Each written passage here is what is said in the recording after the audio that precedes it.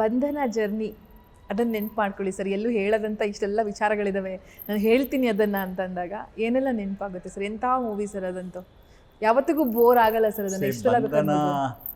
ಇದೇನಾಗುತ್ತೆ ಅಂದರೆ, ಯಾವುದೇ ಚಿತ್ರನ ನಾವು ಇದು ಒಂದು ಕ್ಲಾಸಿಕ್ ಆಗುತ್ತೆ ಇದಾಗುತ್ತೆ ಅಂತ ಮಾಡಲ್ಲ.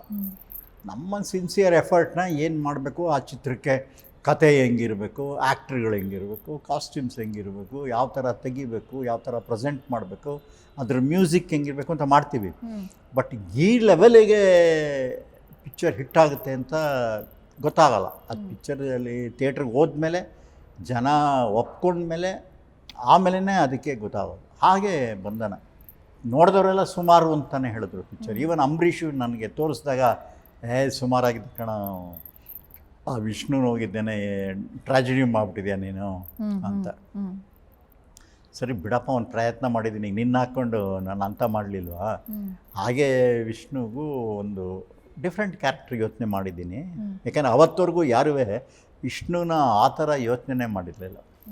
ಅವನಿಗೆ ಸಾಹಸ ಸಿಂಹ ಅಂತ ಇಟ್ಬಿಟ್ಟಿದ್ರಲ್ಲ, ಬರೀ ಫೈಟಿಂಗು ಹೊಡೆಯೋದೇ ಇರ್ತು. ನನಗೂ 5-6 ದಿವಸ ಫಸ್ಟು ಶೂಟಿಂಗ್ ಮಾಡ್ಬೇಕಾದ್ರೆ ವಿಷ್ಣುವರ್ಧನ್ ಹ್ಯಾಂಡಲ್ ಮಾಡೋದೇ ಕಷ್ಟ ಆಯಿತು.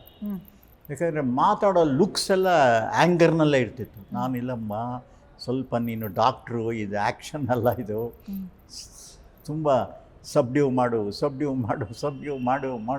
ಅಂತೇಳಿ ಒಂದೊಂದು ಸೀನ್ನ 6-6 ದಿವಸ ತೆಗೆದಿದ್ದೀನಿ. ಕೆಲವು ಸರಿ ಒಂದು ದಿವಸ ತೆಗೆದ್ಬಿಟ್ಟು ನನಗೆ ಮತ್ತೆ ಆಗಲಿಲ್ಲ, ಮತ್ತೆ ಬೆಳಗ್ಗೆ ಒಂದು ವಿಷ್ಣು ಯಾಕೋ ನೆನ್ನೆ ತೆಗೆದಿದ್ದು ಸರಿಯಿಲ್ಲ, ಮತ್ತೆ ಶೂಟ್ ಮಾಡು.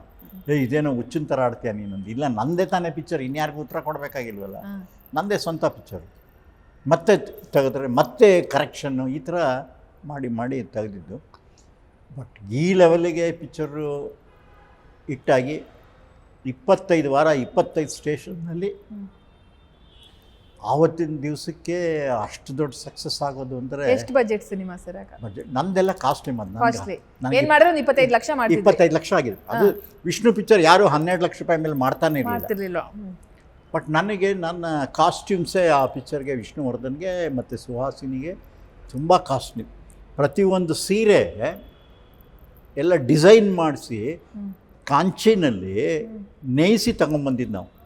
ಹಿಂಗೆ ಬೇಕು ಅಂತ. ನನ್ನ ಫ್ರೆಂಡ್ ಒಬ್ಬರು ಇದ್ದಾರೆ, ಅವ್ರು ಕೊಡಗ್ನವರು. ಅವ್ರ ಅತ್ತೆ ಯಾವಾಗಲೂ ಹೇಳೋರಂತೆ, ಅವ್ರ ಸೊಸೆಗೆ, ನಮ್ಮ ಬಾಬು ಅವ್ರ ಪಿಕ್ಚರಲ್ಲಿ ಒಂದು ಮದುವೆನಲ್ಲಿ ಸೀರೆ ಉಟ್ಕೊಂಡಿದ್ದಾಳೆ ಸುಹಾಸಿನಿ, ಅದೇ ಸೀರೆ ತಂದು ಕೊಡಬೇಕು, ಎಲ್ಲಿ ಸಿಗುತ್ತೆ ಕೇಳು ಅಂತ. ನಾನು ಹೇಳಿದೆ ಅದೆಲ್ಲ ಸಿಗಲ್ಲ, ನಾವು ಮಾಡಿಸಿದ್ದು ಅಂತ. ಅವಾಗ ಬಂಧನ ಸೀರೆಗಳಂತ ಬೇರೆ ಸ್ಟಾರ್ಟ್ ಆಗೋಯ್ತು. ಮೈಸೂರು ಸಿಲ್ಕ್ನವರೇ ಮಾಡಿಬಿಟ್ರು ಒಂದು ಬಂಧನ ಸೀರೆ ಅಂತ, ಡ್ಯಾನ್ಸಿಂದು.